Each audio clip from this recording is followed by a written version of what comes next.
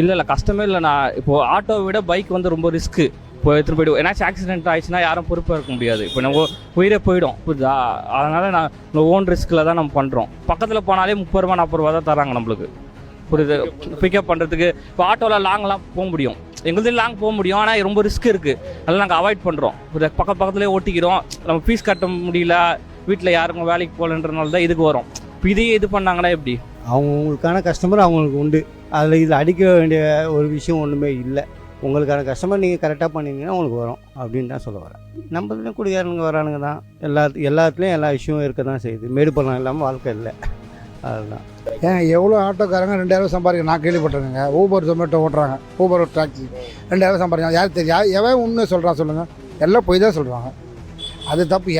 அவங்கவுங்க வேலை. இப்போ என்ன அடிக்கக்கூடாதுங்க. எங்கே எப்படி அடிப்பீங்க? ஏன் எப்படி கை வைப்பீங்க? உங்களுக்கு யார் ஓனரு? இப்போ ஜாபிட்ட ஓனர் ஒருத்தர் இருப்பான்ல, அவனை போய் கேளு, அது நிப்பாட்ட சொல்லு. அந்த மாதிரி பண்ணுங்க. எப்படி மற்ற பொதுமக்கள் அடிப்பீங்க? அப்படி இது வந்து வன்முறை தான் போக முடியும். ஆட்டோக்காரனுங்க பைக்கில் சண்டை தான் நடக்கும் அங்கங்கே. இல்லை, முக்கால்வாசி பேர் ஆட்டோக்காரங்க பார்த்தீங்கன்னா முக்கால்வாசி பேர் சருக்கு வச்சுட்டு இந்த கும்பலில் இருந்து பேசுறது அந்த மாதிரி தான். இப்போ இந்த சண்டையில் இருக்கும்போது பார்த்த மாதிரி இருக்குது வீடியோவில். ஒரு 10 பேர் இருக்கானுங்கன்னா 10 பேர் 5 பேர் தான் லோகியமாக இருப்பான், இன்னும் 5 பேர் சருக்கு வச்சுட்டு சுற்றுற மாதிரி சுற்றுறானுங்க. அவனுங்க சின்ன பிரச்சனாலேயே குடிச்சிருக்காங்க, நல்லவனை இந்த கேட்டவனை பார்க்காம அடிக்கிறது. இப்போ அந்த மாதிரி தான் போட்டு அடிச்சிருக்காங்க. என்னையும் அந்த மாதிரி தான் அடிக்கிறானுங்க ஆட்டோக்காரங்க. இந்த ஏரியாவில் ஸ்லோவாக தான் போவேன், அப்படியே வேகமாக போகணும்னு சொல்லி சருக்கு வச்சு போதையில் இருக்கவன் என்ன கேட்குறானுங்க கேள்வி. அப்பாவிங்க மேலே தப்பே இல்லைனா கூட வா மச்சான் அவன் தான் நம்ம ஏரியாவில் கெத்து காட்டுறான் அப்படின்னு சொல்லி அடிக்கிறது. இப்போ எப்படி சொல்கிறது, அது அவங்க இப்போ பந்தாவும் சீனம் தான் காட்டுறாங்க தவிர அவன் நிலமை அந்த நேரத்துக்கு என்ன பிரச்சனை அது என்னன்னு பார்க்க மாட்டுறாங்க.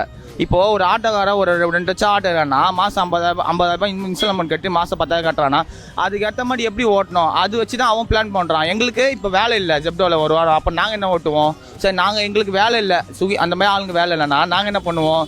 இதுதான் நாங்கள் ஓட்டி ஆமாம் பேக் டெக்ஸி தான். நானும் ஓட்டியிருந்தேன் ஒரு 6 மாதம் முன்னாடி. இப்போ ரீசெண்டாக நான் கூட ஆக்சிடென்ட் ஆனதுலேருந்து என்ன ஓட்ட முடியல, வண்டி வேற செம்ம டேமேஜ். அதனால் இப்போ ஓட்ட முடியல. நான் இப்போ நம்ம வேலை தெரிஞ்சுக்கிறேன். இப்போ இந்த மாதிரி பண்ணலாம், இப்போ இதுவும் ஓட்ட முடியல. என்னையும் அடிச்சாங்க நேற்று. கஷ்டம் எல்லாருக்கும், ரொம்ப கஷ்டம். நான் இப்போ நான் சொல்கிறேன், ஒரு நாளைக்கு 150,000 கிலோமீட்டர் வண்டி ஓட்டுறேண்ணா. இருப்பு வலிங்கண்ணா. வேறு எதுக்கு ஓடுறோம்? நாங்கள் குடும்ப சூழல் வேறு, பழைய பிரச்சனைகள் இருக்குது, வாடகை இருக்குது, கமிட்மெண்ட் இருக்குது, எல்லாரும் வேறு எல்லாருக்கும் கிடச்சிடாது. கரெக்டாக என்ன தான் டிகிரி படித்தா கூட யாரும் கிடைக்காது. அது பட்சத்தில் வேறு வழி இல்லாமல் ஒரு ஓட்டுறோம். ஏன்னா ஒரு நாள் வாழ்வாதம் கிட்டத்தட்ட 15 மணி நேரம் லாகின்ல இருக்கும் வண்டி ஓட்டுறோம். காலையிலேருந்து 6 மணி நைட் வரைக்கும் ஓட்டுறோம். எதுக்கு? குடும்ப சூழல் கஷ்டத்துக்கா? இப்படி வந்து அடிபடுறதுக்கு ஓட்டுற வண்டி எங்களுக்கு வேலை கஷ்டம். நான் ஏன் போக போகிறேன்? அந்த மாதிரி ரொம்ப ரொம்ப ரொம்ப கஷ்டமாக இருக்குதுண்ணா. அது ரொம்ப தப்புண்ணா. அது எல்லோரும் மனுஷன் தானே. யாரையும் இப்போ நாங்கள் வந்து ஆட்டோவில் சண்டை போடுறோமா, அவனை போட்டு அடிக்கிறோமா, நான் நினச்சாரு பண்ணலாமா? அந்த மாதிரி வேணாம். அவன் சம்பாதிச்சு போடுறான். எதுக்கு தேவையில்லாமல் வன்முறை தூண்டுறானுங்கன்னு தெரியல. ஏன்னா உங்களை மாதிரி தான் அவங்களும் கஷ்டப்படுறாங்க. நீங்கள் ஆட்டோ ஓட்டுறீங்க, வேன் டிரைவரும் ஓட்டுறது தான் செய்கிறாங்க. அதுக்குன்னு அவங்கள இது பண்ண முடியாது. ஷேர் ஆட்டோ போட்டுறாங்க, அதனாலே உங்களுக்கு பாதிப்பு இருக்க தானே செய்யும். இது பேன் பண்ணக்கூடாது. ஆட்டோ வாங்கினா ஆட்டோ அந்த வேலை, பைக்குனா பைக் எங்கள் வேலை. அவங்க ஐடியை வச்சு ஓட்டுறாங்கன்னா அவங்க ஐடி அவங்கள மட்டும் ஓட்டினா போதும், மற்றவங்கள யாரும் ஓட்ட பண்ணால் போதும். இந்த லாகிங் பண்ணி ஓட்டுறது ஆட்டோக்காரங்களே அந்த மாதிரி பண்ணுறாங்க, இல்லாமலாம் இல்லை. இப்போ எங்களுக்கும் அந்த மாதிரி தான் பண்ணுறாங்க. என் ஃப்ரெண்ட்ஸும் அந்த மாதிரி பண்ணி தான் கொஞ்சம் பிரச்சனை ஆகி ஐடி தர மாட்டேன்ட்டேன். அவங்கவுங்க ஐடி அவங்க சேஃப்டியாக வச்சு ஓட்டினா பிரச்சனை இல்லை. மற்றவங்ககிட்ட கொடுத்து மற்றவங்க பைக் கொடுத்து மச்சான் நீ கூட்டு போயிட்டு அங்கே கஸ்டமர் கூட்டு போய் விட்டு வா, அந்த மாதிரி அவங்க ஃபோனை வந்து இன்னொருத்தக்கிட்ட கொடுக்குறது அதான் தப்பு. அவங்கவுங்க ஐடியை வச்சு அவங்க ஓட்டி சம்பாதிச்சா பிரச்சனை இல்லை.